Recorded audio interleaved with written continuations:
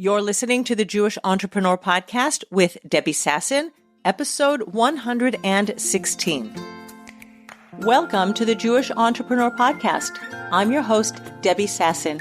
I went from being a financial advisor, author, and chronic under-earner to building my business to six figures as a financial planner and money mindset coach, and then onto multiple six figures as a full-time money and business coach. I help entrepreneurs create money-making businesses and build wealth using sales and money mindset strategies and in alignment with authentic Jewish values. Now, let's dive in to today's show. Hello, my friends, and welcome back to the podcast. Today, we are going to talk once again about time management. Today is Time Management 201.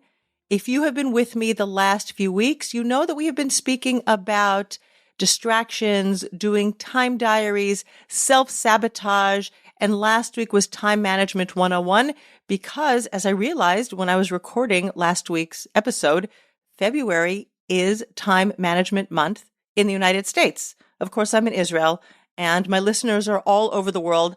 But hey, if I can, hitchhike on a movement in the United States, why not?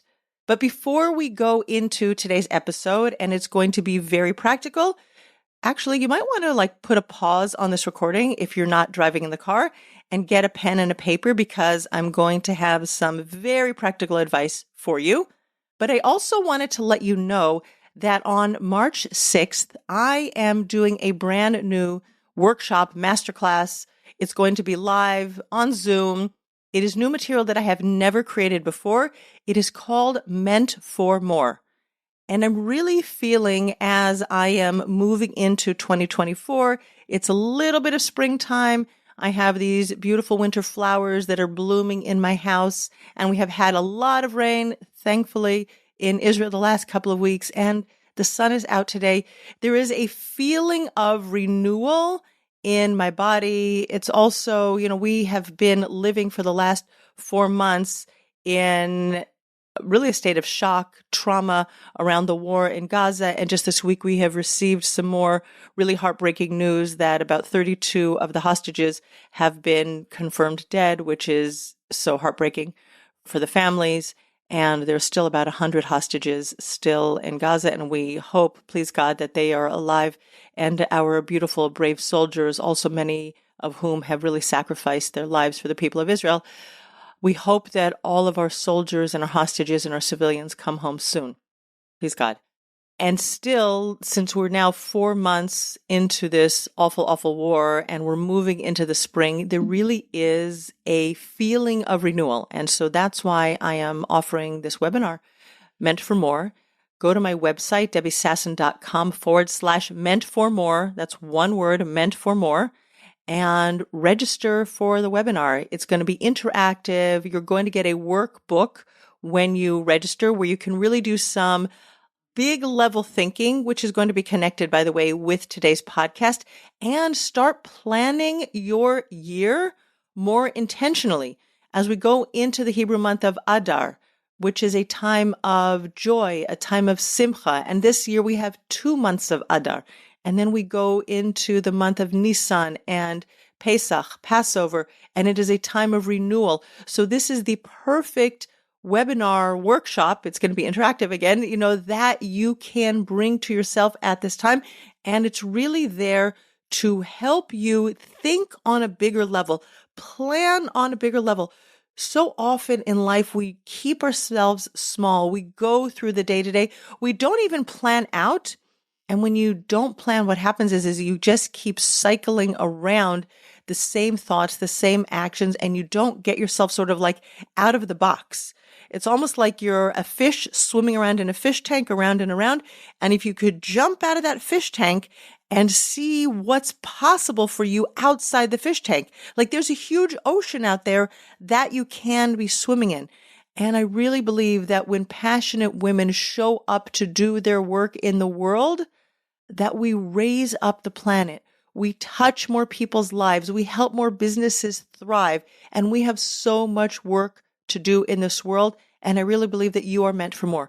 So go to my website, debbiesasson.com/meant-for-more and sign up for the workshop. If you can't be there live, then of course you will get the workbook and you will get the replay. So go there and sign up. Now, I want to speak about a higher level of time management that we spoke about last week. And today we're going to talk about two different types of managing your time, or as we spoke about last week, managing your mind around time. We're going to be speaking about time blocking and time boxing. One is a variation of the other, but it is intentionally setting aside time to work on specific activities, but not just work on the activities in a fuzzy way, but you want to be very specific about what you want to create, the result you want to have when you finish that block or that box of time. And why do we want to do this? Most of us run our lives, especially if you're a mom of many and you're married, we are so reactive to what needs to happen. We need to get food on the table. We need to get our kids out to school. We need to do the laundry. By the way, these are all thoughts. We don't really need to do the laundry. Can you imagine? Maybe if we didn't do it, we'd have these little elves who would come and do it. But there have been times in my life, hand on heart, where my kids have come to me at night, and late at night, it's always like 10. Mommy, I don't have a pair of pants to wear tomorrow. It's like, kid, I'm sorry. I am not starting laundry at 10 o'clock at night. You can wear the same pair of pants 2 days in a row. The world is not going to stop turning because you wear a pair of pants 2 days or even 3 days in a row. But really, we can be so reactive, and especially as we have spoken about in the last month, the distractions. We live in a world of distractions and notifications and pings and dings and DMs and PMs and telephones. You could feel it in your body that you are just like a ping pong, boing, boing, boing from one side to the other, answering these noises, these distractions in our lives, which is why all the notifications are off on my phone all the time. And I get so much more done when I remember to keep my phone in my bedroom when I am working. So we're reactive rather than responsive. And there's a very little nuance between being reactive. Reactive is in the moment. Of course, if your baby cries, you're going to react. You're going to go to your baby. It's a mama's instinct to go to her baby and pick up her baby. If your baby's hungry, you'll nurse her. If she needs to burp, if you need to change her diaper, of course you're going to react to the baby's cry. That is the way we're wired. And if your kids come home and they cry and they fell down and they like skinned their knee, of course you're going to kiss their boo-boos and clean it up, and you're going to put on that Band-Aid. Then the next level that's a little bit less like reactive is responsive, where it's a little bit more thoughtful. You hear something and you respond in the moment, or you decide the response is that you're going to put it off till later. But one level higher than that is to be planned and to be organized, where you are much more intentional about your calendar. You really reclaim control of your calendar, and you are doing the things, you are getting the stuff done that your higher self, that your higher brain wants you to do. Those things that have been on your to-do list for 3 years, maybe just 3 days, but you know what I mean.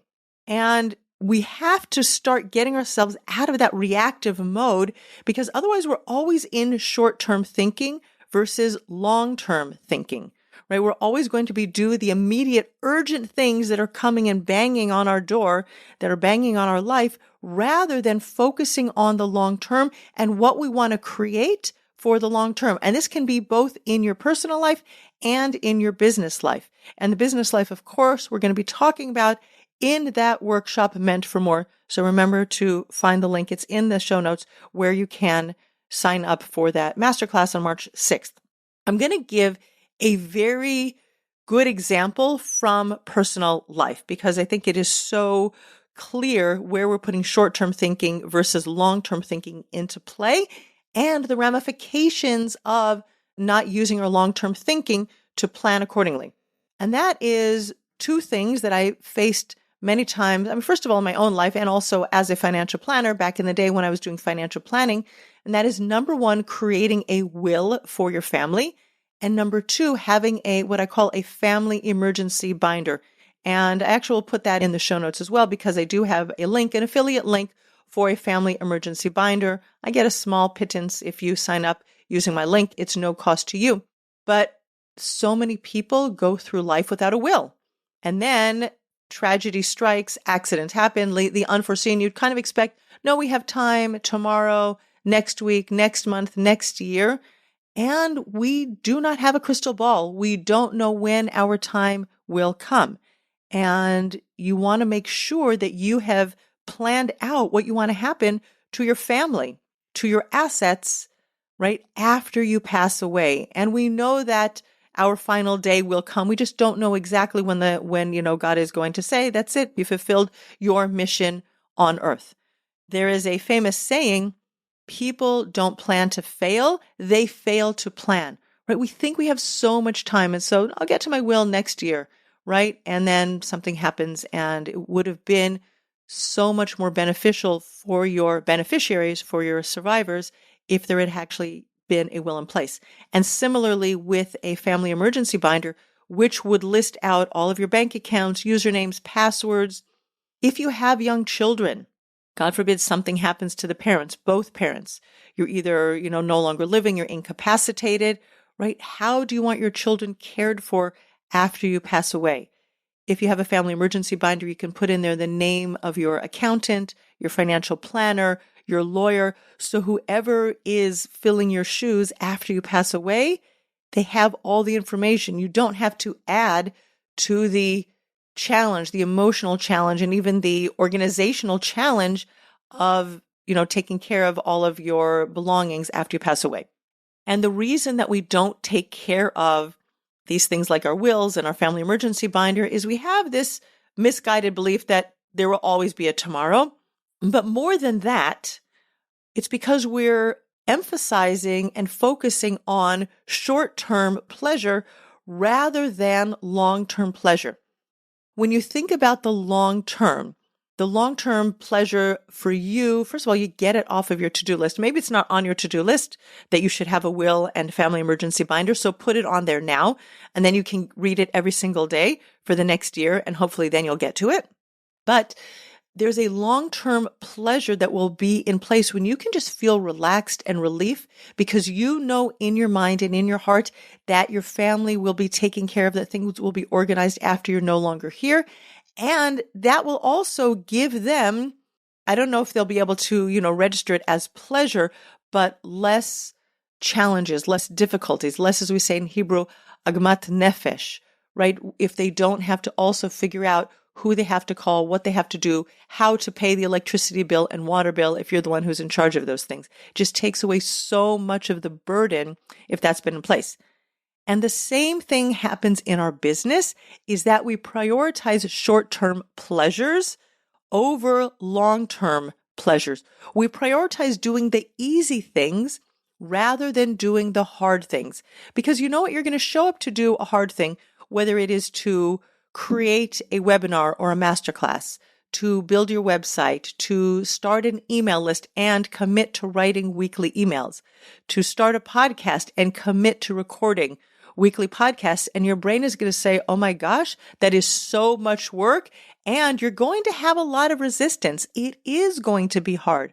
Of course, doing new things is going to be hard. And again, as I said, you will just spin around in the same little small circle, doing the same things, or maybe moving the needle just a teeny bit by doing the easier things on your to-do list. So I hope that I have encouraged you to start thinking about doing hard things and focusing on long-term growth, long-term pleasure, the long-term plan and goal and vision for your business, because there is so much more available to you when you get out of your little fishbowl and you jump into the ocean and you start swimming. And the best way that I know of doing it is through time blocking and time boxing. Okay, so time blocking is to put blocks of time on your calendar, like 1 hour blocks of time on your calendar. And we're going to talk about how you're going to do this. And time boxing is the same idea, but it's just a bigger space of time. It can be like a 3 or a 4 hour block of time when you can get a bigger project done. It can even be an entire day. I've actually just signed up for a retreat in May with 2 days where we get to focus on getting a very big project done. And I'm so looking forward to getting away from my desk and focusing on getting something big done in my life. And that's like a box of time 2 days. So how do you time block? How do you time box? The first thing is you have to get all of the mush that is in your brain, all of the ideas, all of the to-dos out of your brain and onto paper. I admit that I have been one of those people for my whole life, and I still do it, and I am continually improving my process, who I manage my life in my brain. I have a good brain, a good memory for all the activities that I need to get done.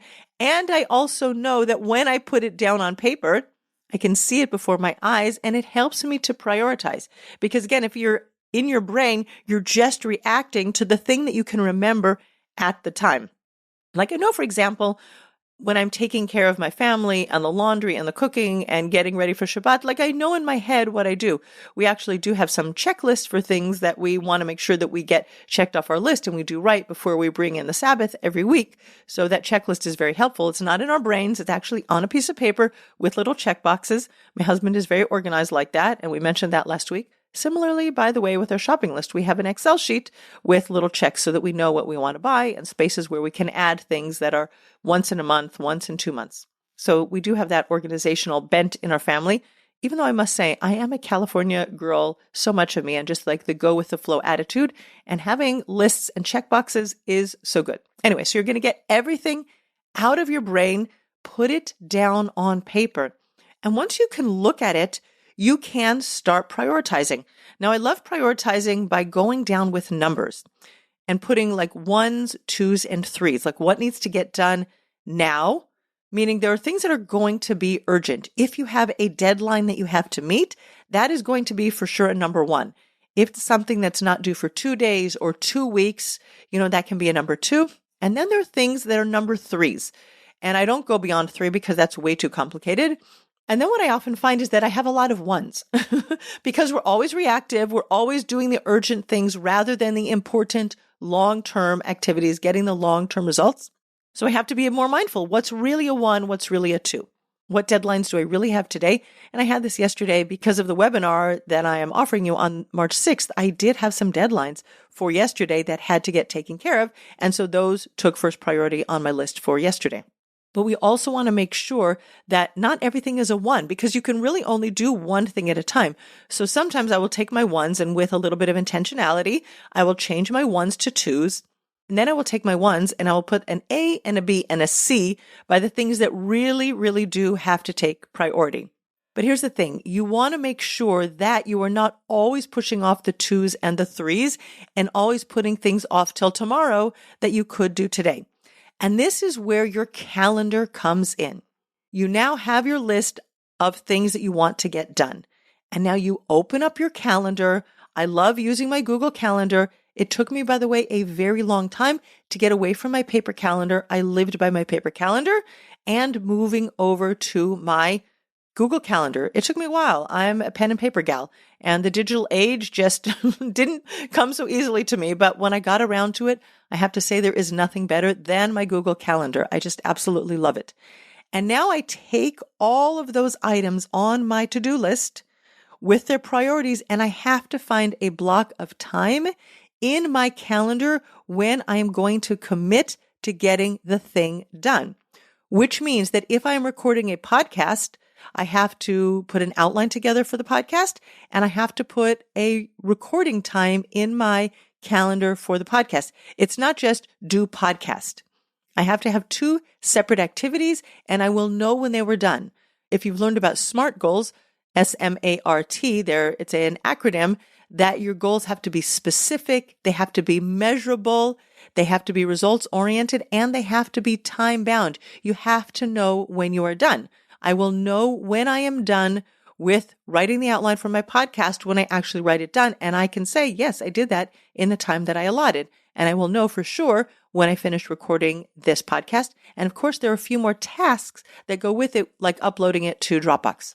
And similarly, yesterday, for example, when I was preparing the sign-up page for the webinar, I had to record a video. Thank you for the webinar. And I want you to know, by the way, tasks always take way more time than you think that they will take. I had to write the outline for what I wanted to say. It's just a little 4-minute thank you for registering. Click the link below for your workbook. And I wanted to plan that out because I always have trouble getting started doing the thing. So I wanted to have an opening line. I can always get myself going in the middle. So I know what to say in the middle, but I needed to think through how I wanted to open it. And then after the video was recorded, I wanted to review the video. And then I wanted to put it into a Google folder so that my assistant can edit the video. And then the video has to be uploaded to the sign up page. And so a little 4-minute video will definitely take 30 to 45 minutes. So if you know that you want to, for example, record a short video, don't put 15 minutes in your calendar. Schedule out an entire hour for that activity. And if you have 15 minutes left at the end of it, you know what you get to do? You get to take a small task item on your to-do list and you get to get that done in your time as well. Here's another very important point about time blocking. You must put in break times. We are not robots. We are not automatons, and you cannot keep going without taking a break. So put 15-minute buffers between every 1-hour activity, right? Yesterday, when I was working very intensely, I have a song that I love to dance to. Justin Timberlake, Can't Stop the Feeling. Go find it on YouTube or on Spotify or whatever. I just go to my YouTube and I dance for 5 minutes, and that moves the energy in my body after I've been intensely focusing, and it helps me rejuvenate, get my energy back, and then sit down and focus on the next thing. And it's really important that you don't pretend and lie to yourself and tell yourself, I can just do this and this and this and this without taking a break, because then you're going to crash after you complete 2 things and you're going to abandon your calendar for the rest of the day. So make sure that you have the result that you want to create in your calendar, not just do podcast, not just do video, but it has to be completed. It has to be put into the Google folder, and I have to notify my assistant. Otherwise, it is not a completed task, and I will never know when I'm done. The other thing you want to make sure that you do with your calendar is put your life activities, not your business activities. And I know your business is part of your life, but if you have to prepare dinner for your family, make sure that you stop your work at 4 or 5 o'clock in the afternoon and you go and do dinner for your family. Don't pretend that that doesn't need to happen. If you want to go shopping sometime during your workday, even though we've talked about it in the last month, not putting your life activities during your business time, just like if you were in an office, you wouldn't all of a sudden jump out at 11 o'clock in the morning and do your grocery shopping. Similarly, if you're working in your business in the morning, work in your business in the morning and figure out a way, whether online shopping or together with your kids, you go shopping in the afternoons or in the evenings or something else. But put that in your calendar as well, because it also helps your brain know that those activities are planned out for the future. So pull out your calendar, put everything that's on your to-do list into little 1-hour blocks in your calendar, and then you can take your to-do list and throw it away. Now, I have to say, I don't throw away my to-do list. Some people do. They actually take it, chuck it in the bin, and they don't look at it again because everything is in their calendar. But I like to have a to-do list because then I just keep adding things to my to-do list that I will put into my calendar next week. The third really important point about your calendar is don't stuff it like a Thanksgiving turkey. You need flexibility, especially as a working mom, because life is going to happen. You are going to get the call from the school that your kid has a fever. Please come pick up your child. Or you'll get the call from the school that I often got. Your child forgot his sandwich. Please come and bring your child a sandwich. And of course, you notice I said his because it was more my boys than my girls who forgot their sandwiches. But you know what? I'm a really mean mom. I almost never went to bring my kid a sandwich. I'm like, yeah, if they forget their sandwich, they will remember tomorrow if they don't have it today. Or sometimes I didn't bring them their sandwich and their friend gave them their sandwich and they really liked their friend's sandwiches better. So that's a good strategy that you don't always have to be reactive and jump every time you get a call from the school. Of course, if your child has a fever, you're going to run to school and pick up your kid. So make sure that you have space in your calendar so that you can move things around, because you're a working mom and life has so many unexpecteds that just pop up when you least expect them, especially when you have a deadline, especially when there is something that must get done today, those 1A, 1B, 1C priorities. There's always going to be a life happens moment. It's just the way it works. Murphy's Law. All right, so now you know that things are in your calendar and you're going to commit to getting them done. And just a word about time boxing. Time boxing, as I said, a 3 or a 4 hour block of time when you can get a big project done. And by big projects, like let's think about it from our life. If you wanted to organize your bedroom, declutter your bedroom, you could give yourself a whole morning or an entire day to take everything out of your drawers, dump it on the bed and sort through everything, dust your shelves, clean out your drawers, right? And you can get a big project done when you allot a very large amount of time to it. And of course, you're going to take breaks. And also in our businesses, we have big projects that we need a larger expanse, a larger swath of time in order to get them done. It could be coming to a 2-hour workshop on Meant for More and really thinking, expanding your brain, super thinking about what is possible for the future, because you're going to devote a larger block of time to it. And thinking is one of the hardest activities that we do. As I said right in the beginning, we are going to prioritize easy rather than hard.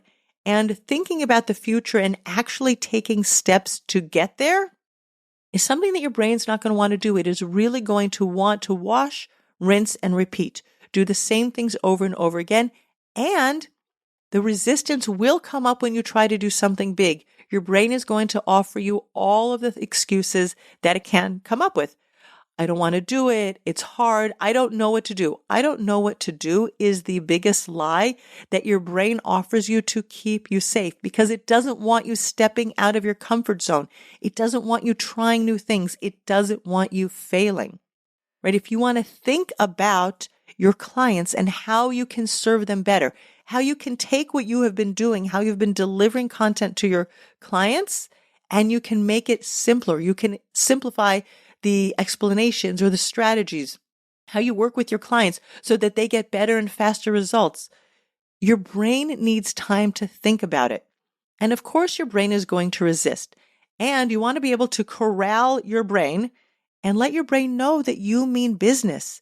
When you set a box of time in your calendar for doing big things, you are going to have to really negotiate with yourself, or not negotiate with yourself, really, to sit down and do the thing, even when your brain is giving you all of the excuses. But this, and what about this? And what about the kid who doesn't have a clean pair of pants to wear tomorrow? Let me just get up and go do the laundry. And you want to learn to put your backside in the chair and sit down and do the thing that you are committed to do. You've put it in your calendar. You have really blocked off 3 or 4 hours of time, and your brain will say, let me just do this. We have 3 hours. We're going to do it soon. Really, it's almost like a kite on a string. Your brain is going to start floating away, and you have to reel in that kite and sit it back down in the chair and start working on the thing that you're doing.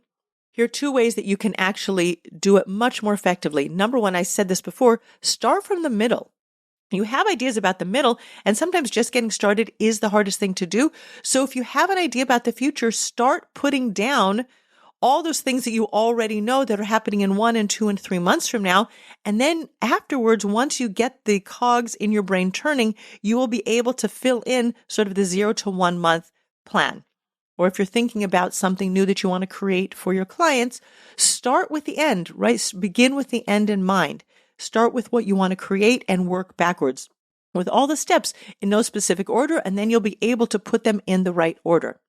The second way that you can actually get it done in that larger block of time, and I did this week with my webinar, is I wrote a letter to myself from my future self, because my brain did all of the brainy kind of stuff and said, I don't know what to do. I don't know what I should make this masterclass on. I don't know what I'm going to say. I don't know who it's for. It did all of those famous brainy kind of brain things, because brains are going to brain. And I just wrote to myself a letter. I actually did it standing up. I found that it was a very good way to move energy in my body and to get my brain flowing. And I wrote myself a letter in my journal. Dear Debbie, I think I wrote Dear Debbie, but I think I wrote, I'm so proud of you. This is the webinar that you created. These are the people that you served. This is what you offered them. And it was absolutely fascinating. When I went to my class already being done, it was fascinating how easily it flew out from my mind onto the paper. And now I have it. It's all there because I went to the place where it was already done and I wrote myself a letter about first congratulating myself. And we do like that pat on the back. When you're in your office as an entrepreneur doing your own thing, nobody's coming along and patting you on the back. You don't have a boss who says, great job, we really like the work that you did. So you have to be able to do that for yourself. So that's another great way to get things done, is just go to the future when it's done and write yourself a letter congratulating yourself for all the steps that you took. And now number 3 is the most important point. I think of all of this time blocking and time boxing. At the end of your day, or at the very least at the end of your week, evaluate how your week went. I am still improving my time blocking and time boxing. I get to the end of the day and I never get everything done that is on my calendar or on my to-do list for that day. First of all, yesterday when I was creating the masterclass, all of a sudden I had these requests for I need to do this, I need to do that. So things got pushed off until today. But you want to know, were you being distracted? Were you allowing your brain, your primitive brain, to get the better of you and you were actually in that belief that you can't get it done? Were you self-sabotaging with some of the things we talked about last week? You were over-scrolling, overeating. You went onto Amazon to do some shopping. You went into the grocery store to do some real-life shopping, right? You want to evaluate, not to beat yourself up and not to judge yourself, but you want to know how you can get better, how you can tweak yourself and your process for the next time. Did you forget to put like a rest time in? Sometimes we forget to put lunch in our calendar, right? Are you making sure that you have time where you can eat, where you can read a book? Maybe you just need 20 minutes to decompress your mind during the day so that you can jump back into the next activities. Or as I said yesterday, I had 2 5-minute dances that I put into my day so that I would keep the energy flowing in my body. And maybe you're not doing that. Like, you are a human being and human beings are meant for movement. And sitting in front of our computers all day, like so many of us do, now that we work in the online world, it's not the way humans were designed. We were designed to be upright and moving. So make sure that you incorporate movement into your day, time to rejuvenate your brain so that you can go back into the next hour or into the afternoon, and make sure that you are fueling your body with good food, nutrition, and you have the good fuel to keep you going, and your body is energized to keep you going, and your brain is on track to keep you going. All right, my friends, that is what I have for you today. Time Management 201. This is a higher level, making sure you get the stuff out of your brain, all that mush that's floating around, write it down on a to-do list, and then take it and put it in your calendar when you are getting things done. And make sure that you are putting some of those second priority and third priority activities for both your business and your personal life, as we've spoken about, into your calendar, because otherwise the things that you really want for your long-term pleasure, for your long-term growth as a business owner, for the long-term way that you take care of your family, they're just not going to get done because the urgent is always going to be calling. You will always be reactive because that's the way you've probably been, operating until now. I know some people are great planners and some people are really, really good with organizing. And just look at your life and notice if there are longer term activities that have been on your to-do list for eons and they're just not getting done, and put them in your calendar, because you are here for a purpose. God chose you. He gave you your dreams. You really are meant for more. And when you put those visionary dreams into your calendar and start moving towards what's still left for you to create in the world, and you commit to your calendar to getting it done, and you stop being so reactive, you really will be able to offer the world more, to serve people, and you're going to be able to make more money to serve your family.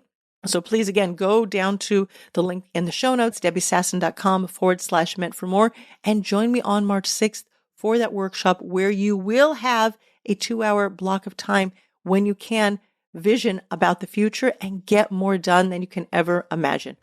Thank you for showing up today, and I look forward to seeing you next week. Bye for now. Thanks for listening to the Jewish Entrepreneur Podcast. If you want to stop underselling and under-earning and close more sales, you need to clear the limiting money beliefs that are sabotaging your business growth. head on over to debbiesasson.com/mindset and download my free Money Mindset Workbook. Uncover and dissolve money blocks like hundreds of other entrepreneurs who are now building 6, multi-6, and 7-figure businesses and creating true financial freedom.